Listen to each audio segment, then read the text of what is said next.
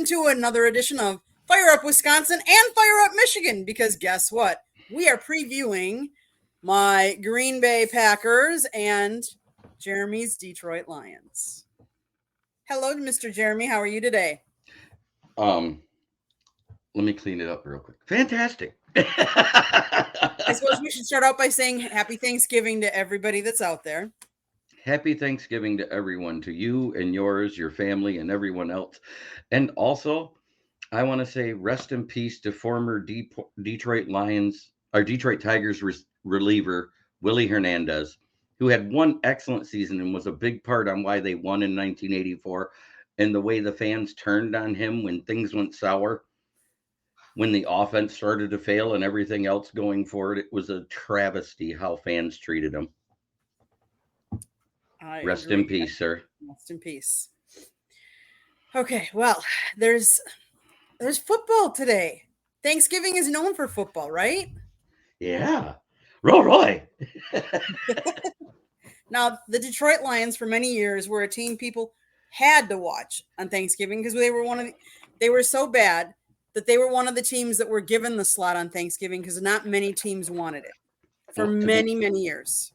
To be honest, what happened back in 1934 when the radio and conglomerates of the time, because there wasn't TV yet, okay, they bought the Lions, and the Ford family was a part of it then too. It just got handed down to William Clay Ford, and he bought it separately from the group later on. But they decided that they wanted to do the Thanksgiving Day game. And they approached the NFL, and he goes, yeah, no one else wants it, and we want to compete with the college rivalry week. So go ahead.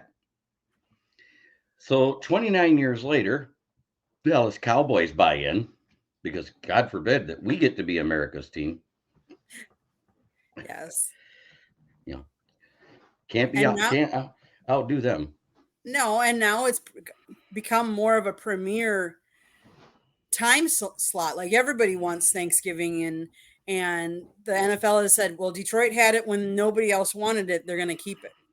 So good for you guys, like, for stepping up to the plate. And that's one thing we can always say. I can watch Detroit Lions on Thanksgiving, and occasionally we play somebody within the division.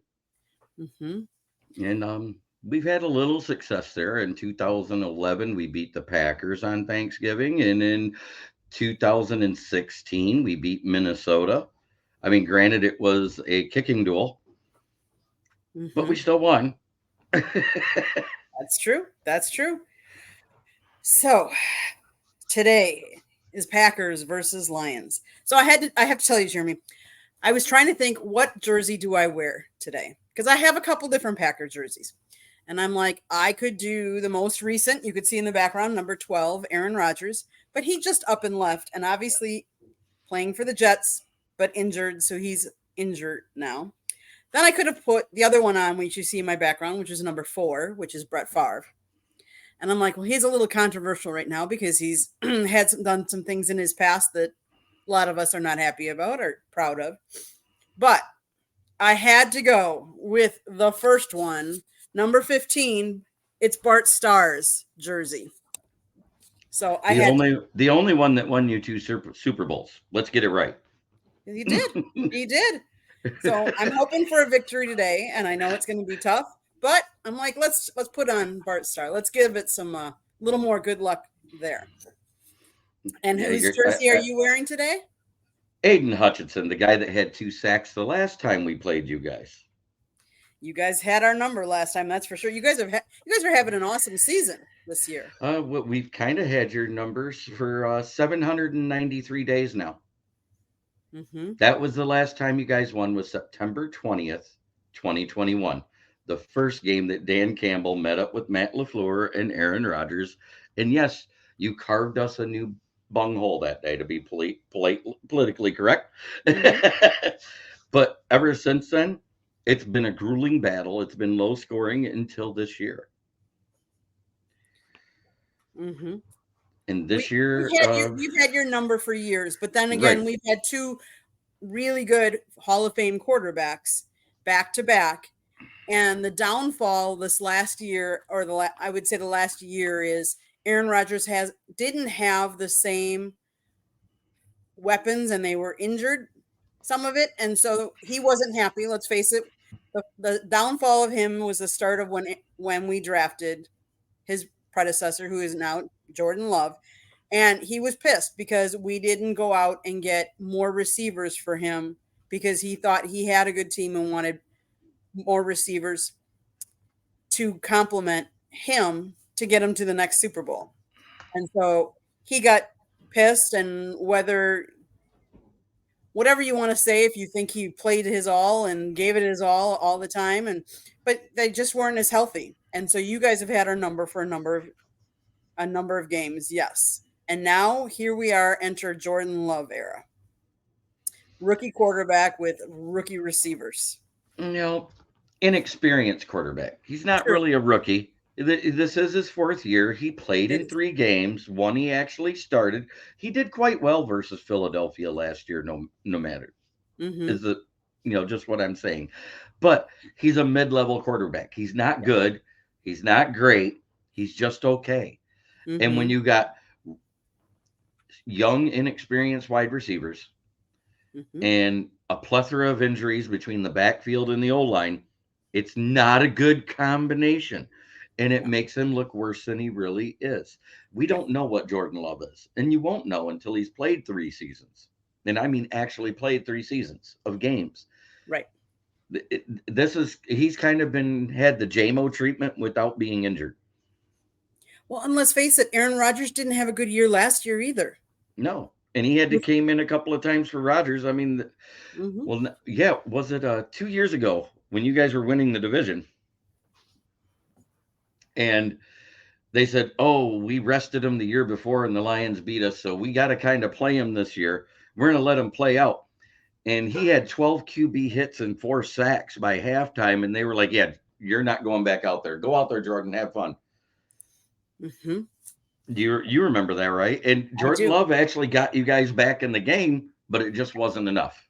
And I try to remind Packer fans that tell me that Green Bay is going to beat the snot out of us, because I was like, wait a minute. You guys couldn't do it with Aaron Rodgers. What makes you think you're going to do it with an inexperienced mid-level quarterback?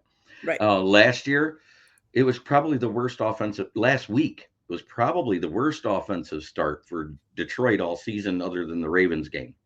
If anything could go wrong, it did. We couldn't get the run game going through the first half. A plethora of pressure on Jared Goff, which is uncharacteristic of our own line, was on him. And he made 2 key mistakes in that situation. And then he just blindly threw a pass, looking at his receiver, not even seeing the middle linebacker standing 3 yards in front of him. So I still say that Coach Brunell walked him into the injury tent, flashed him with the MIB flashy thingy, and said, we're down by 12. Go win the game. Because he needed no memory.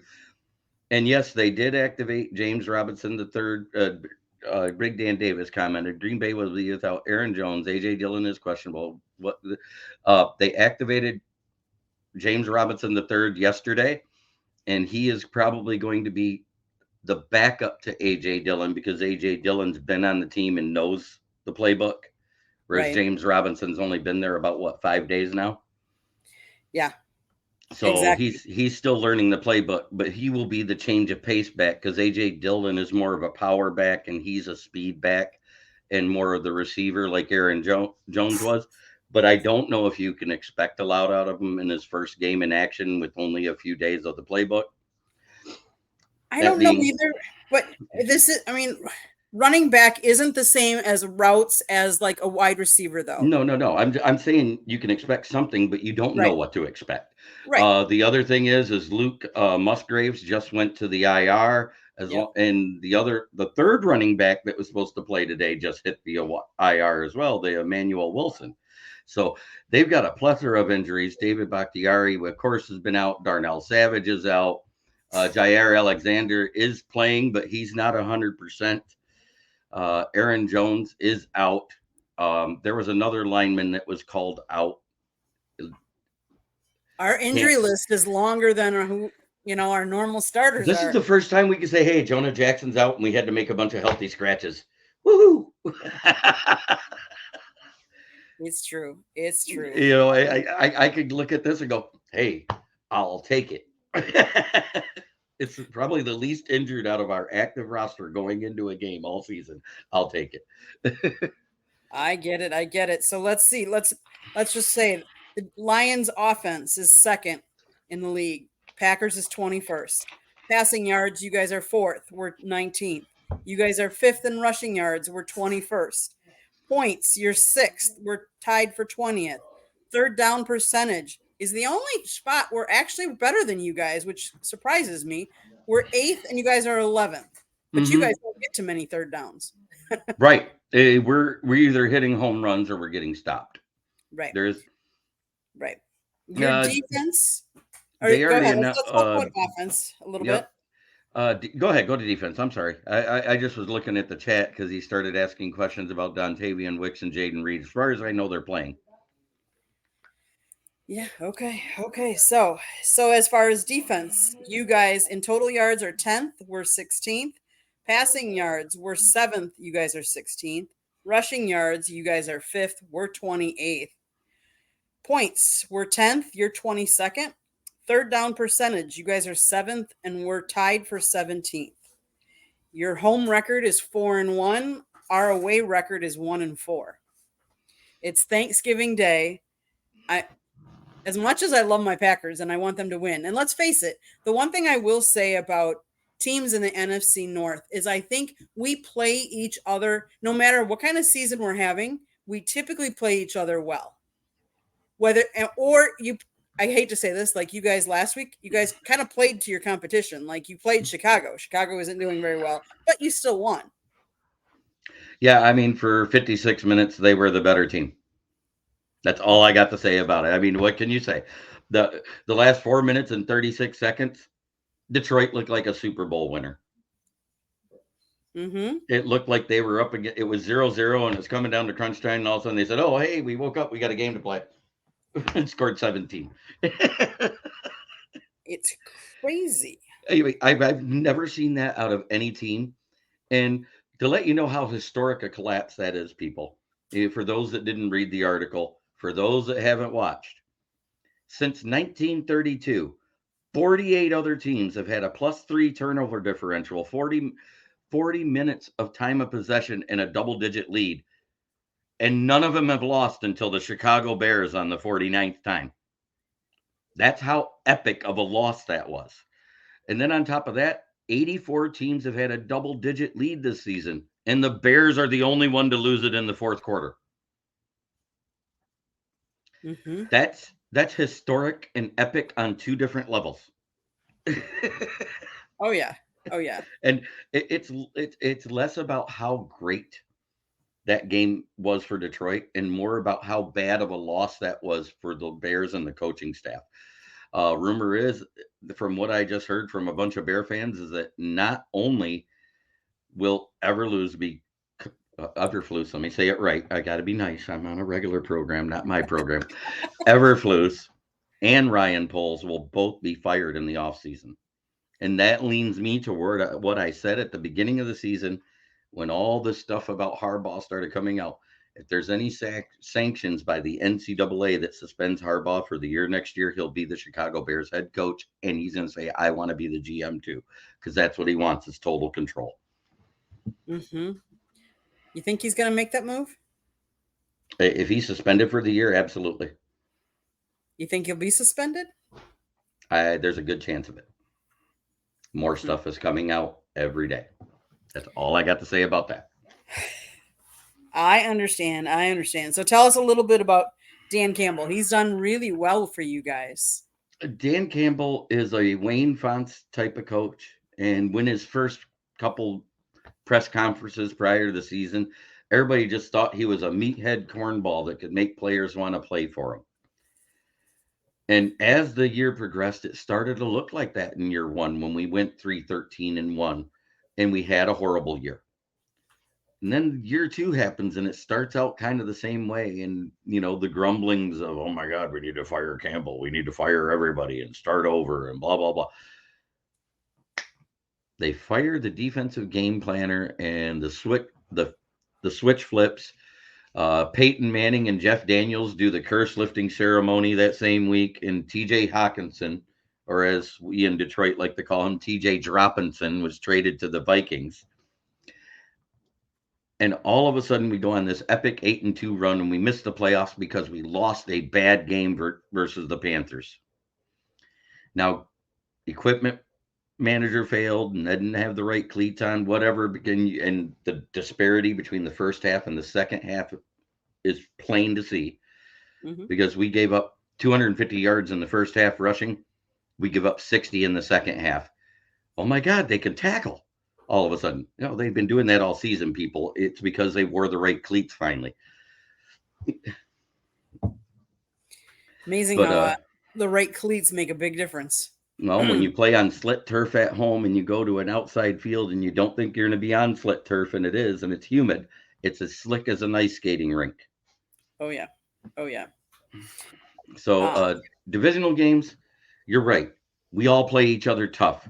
Most of the games come down to that less than a touchdown margin, no matter what the point spread is in Vegas. Vegas goes purely off the stats. And statistically, you guys have one of the better pass defenses in the league. We have the best one of the best rushing defenses in the league. And that's the difference.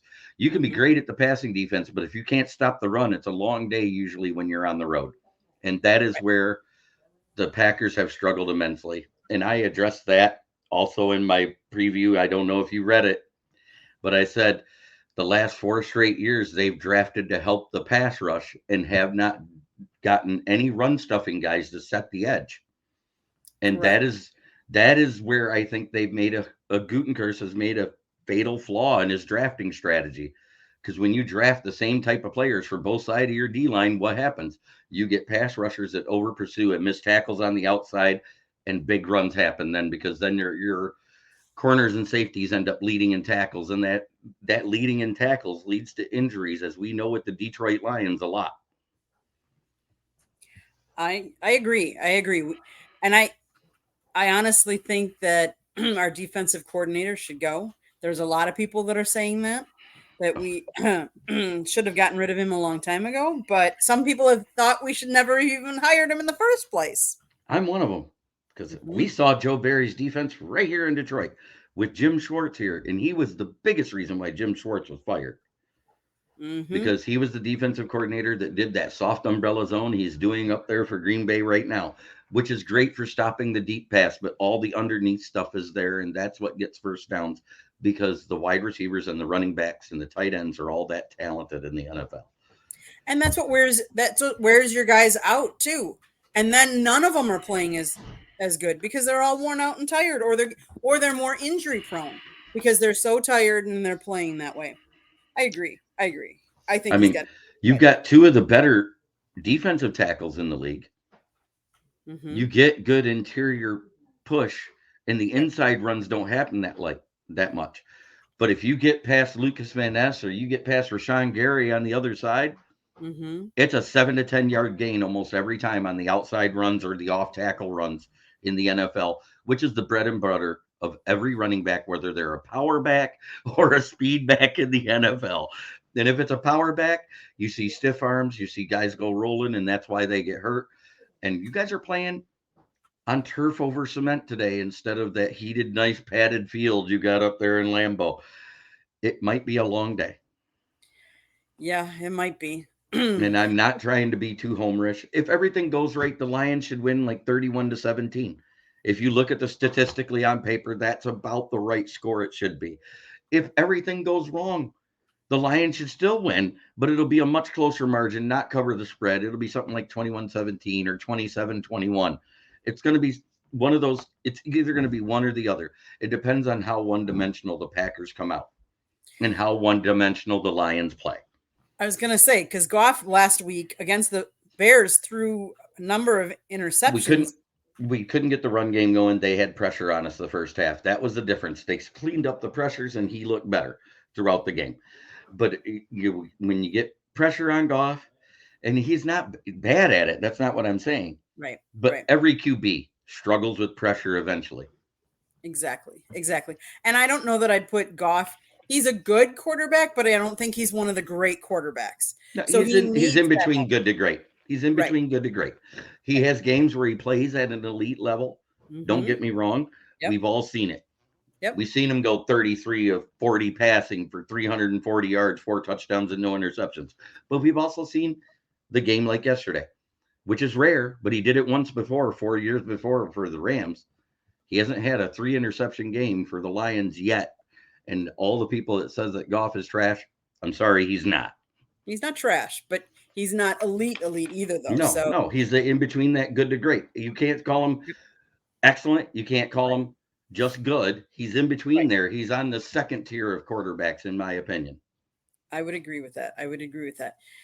So Green Bay has their work cut out for them. And one of the things I would also say is part of it, I think Green Bay really, in order for them to have a chance, they need to have a good start. They cannot start out bad. And they have historically this year been starting out games bad.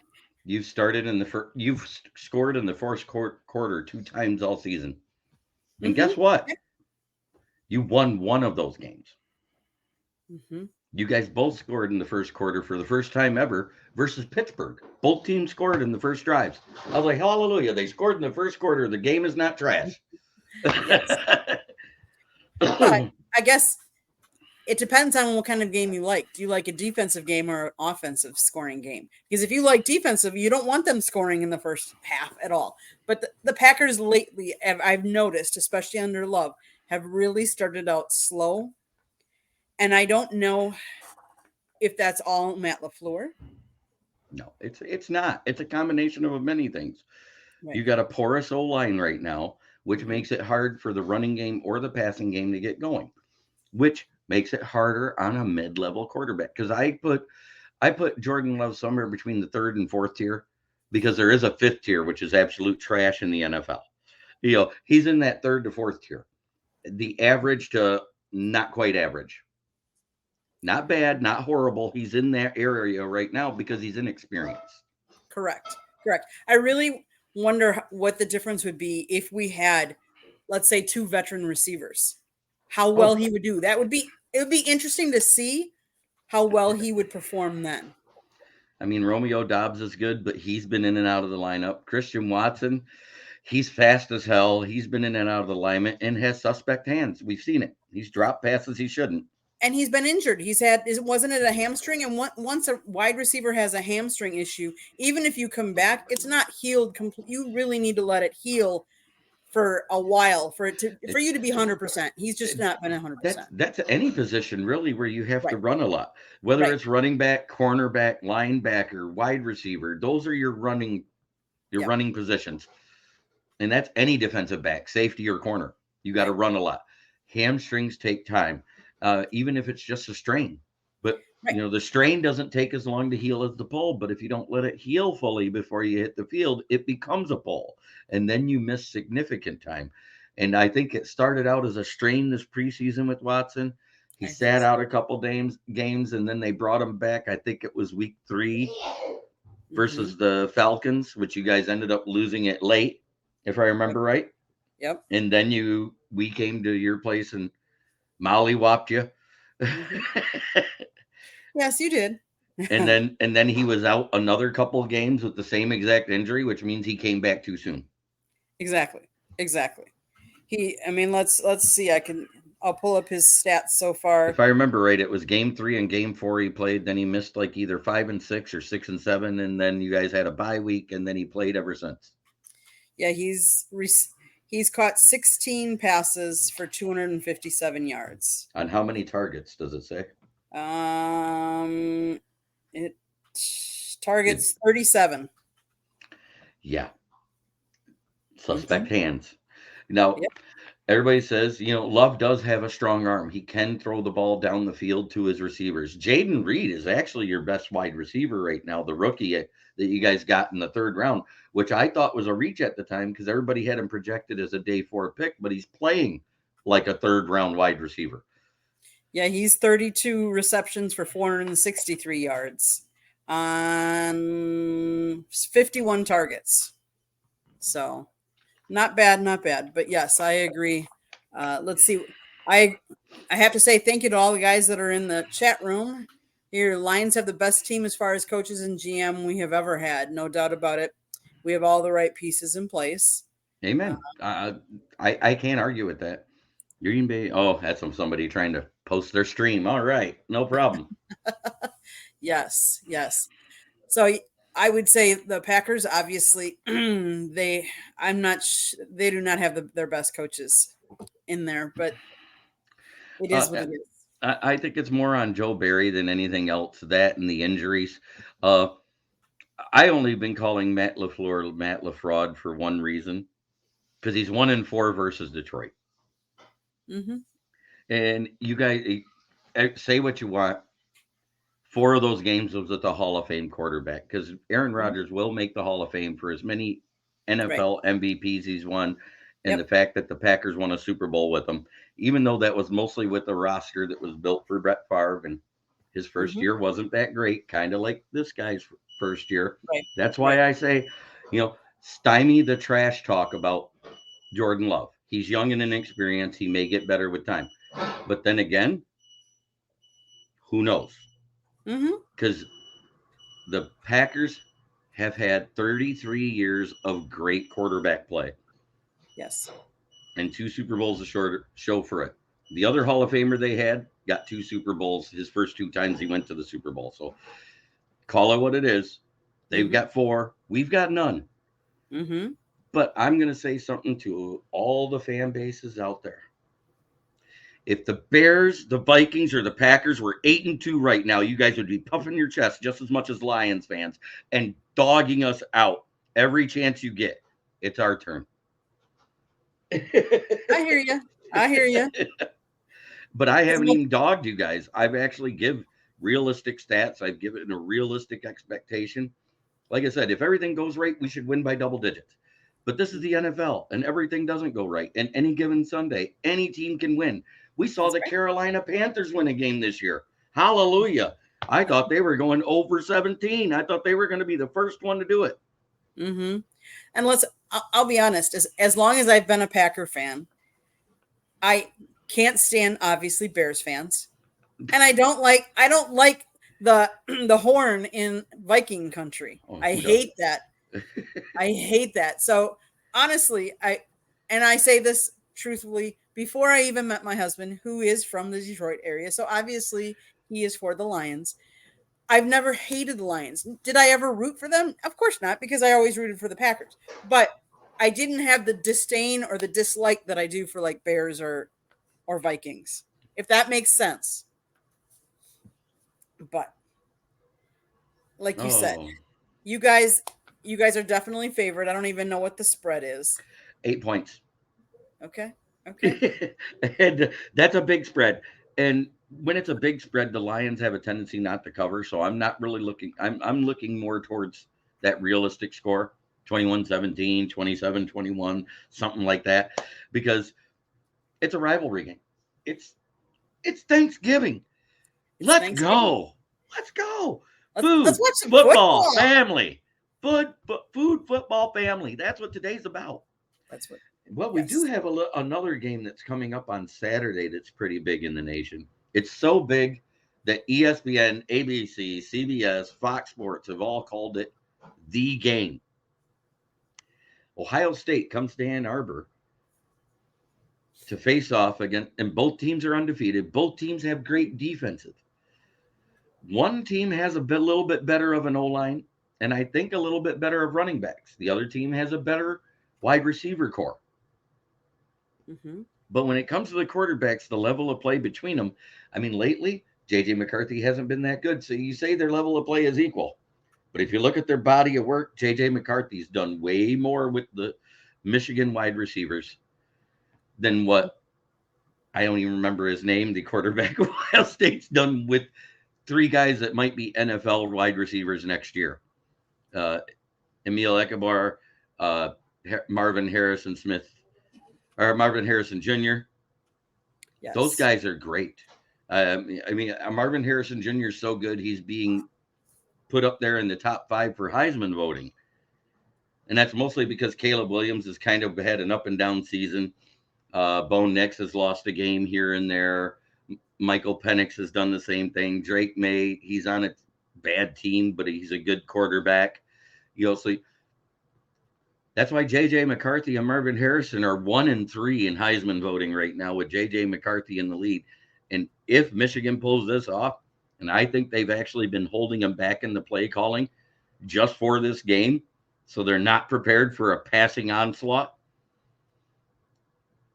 If he wins this game, you might see J.J. McCarthy win the Heisman. He wins the Heisman and Harbaugh's suspended next year, he's going pro.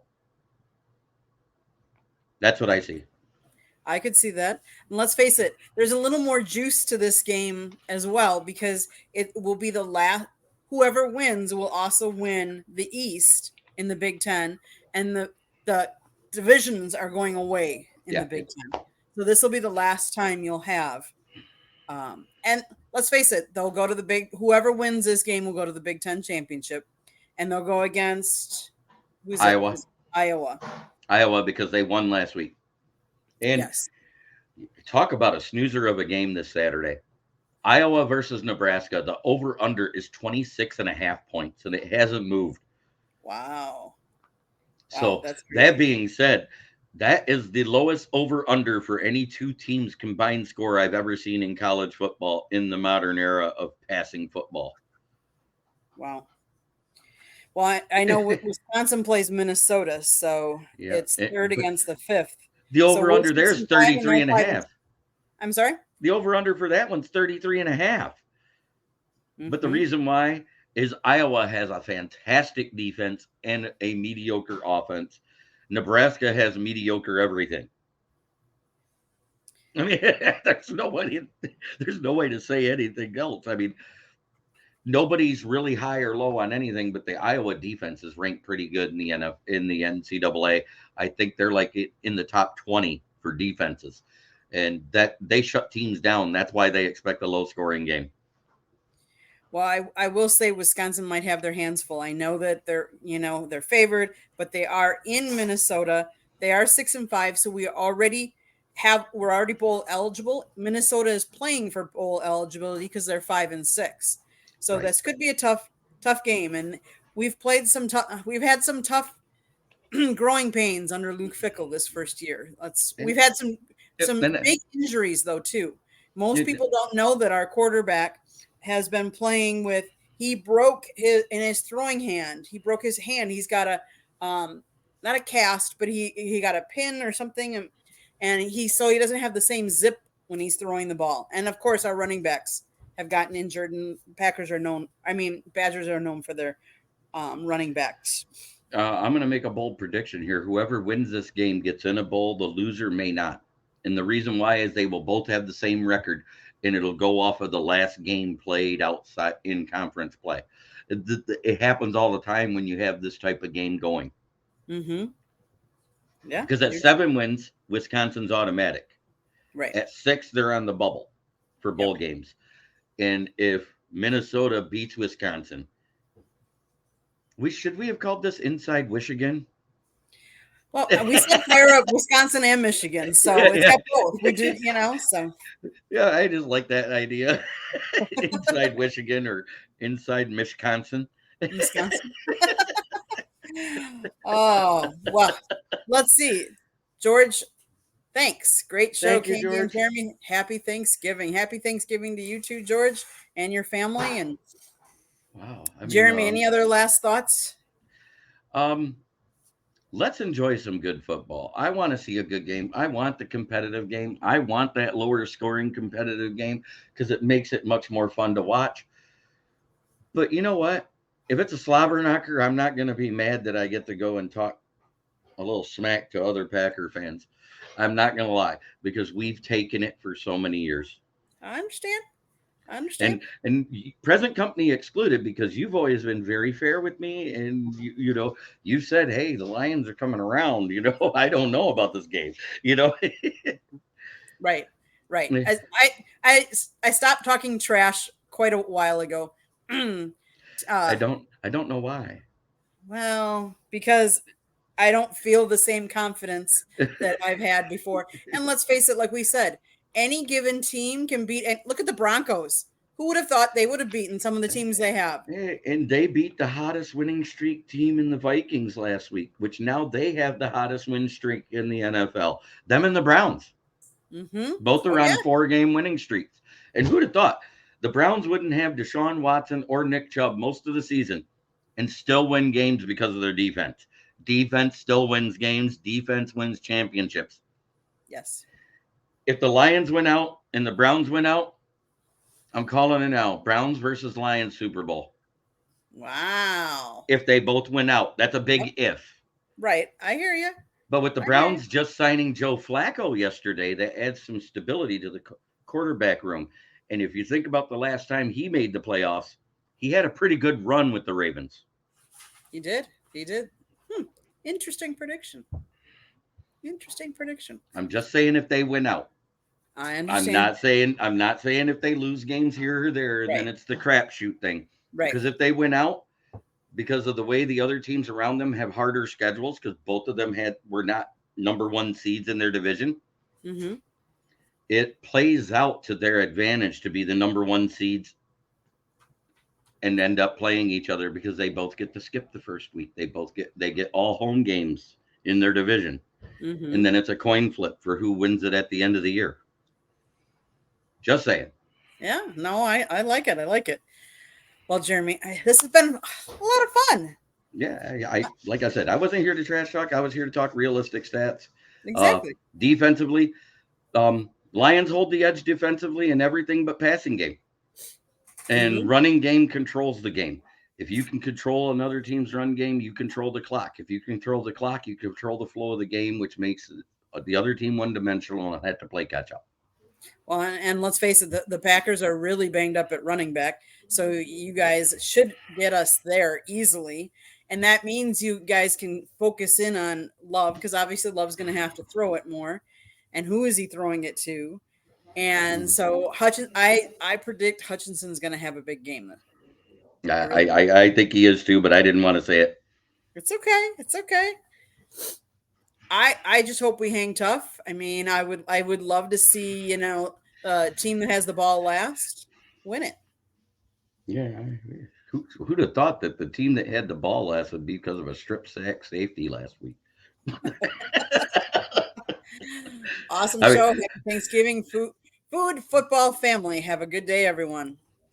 Amen. Thank you, everybody, for tuning in. Thank you for those that have tuned in from my Facebook side, from YouTube, from everywhere you are at and around the world. Have a happy Thanksgiving. Enjoy the football that's played today and enjoy your family more. Hold them close because no day is guaranteed. So, Jeremy, how can people get a hold of you or watch more your content? Well, you can see here at Smoking Jeremy on X. You can also find me on Facebook under Jeremy Ballrick. You can find me on the Facebook page, Motor City Kneecap Biters. You can find my writings on the SouthFloridaTribune.com under the Motor City Tribune heading.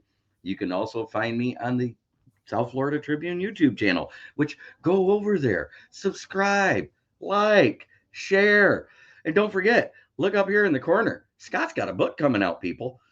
I think it is out. It's on Amazon already, right? It's available on Amazon or Kindle, either one. Yes. And then you can also find me on my YouTube channel, Kneecap Biting with the Motor City Lions, where I talk about the NFL, weekly pick'ems, Lions talk, pre-game, post-game, fan cave chat. You name it, I do it. Awesome. Awesome. So if you like this broadcast, hit that red subscribe button. You go to our website, www.southfloridatribune.com. If you want to read, we have quotes from Dan Campbell on there from Lions. We have Jags quotes, Dolphins quotes. We on our YouTube channel, we have Inside the Pigskin, where we have an former NFL player that co-hosts. Scott's on there. We have 108 Stitches Baseball Talk. We have Sports Exchange, Pundits Pundit. We have Fire Up Florida, Fire Up Michigan, Fire Up Wisconsin, just fire up. We have No Limits. We have a plethora of shows. Whatever you like, I'm sure you'll find something that you would enjoy. We would love for you to subscribe. If you like to listen to podcasts, we are available on iHeartRadio, Apple, Google, or wherever you get your podcast. Again, Scott does have a book. That's a picture of the cover. It is available on Amazon or Kindle. Go out there and buy it. It talks about his 40 plus years in the media and how media has changed. So it's a great read.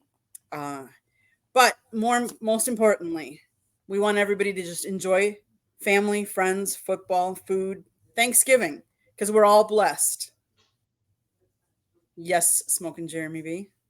I want to tell everybody, like I say at the end of my show, try every day to be a better person than you were the day before. It's the only way to make the world a better place. It starts within here. If you don't fix yourself, you can't fix the world. So thank you, everybody. You have a wonderful Thanksgiving, and thanks for joining us today.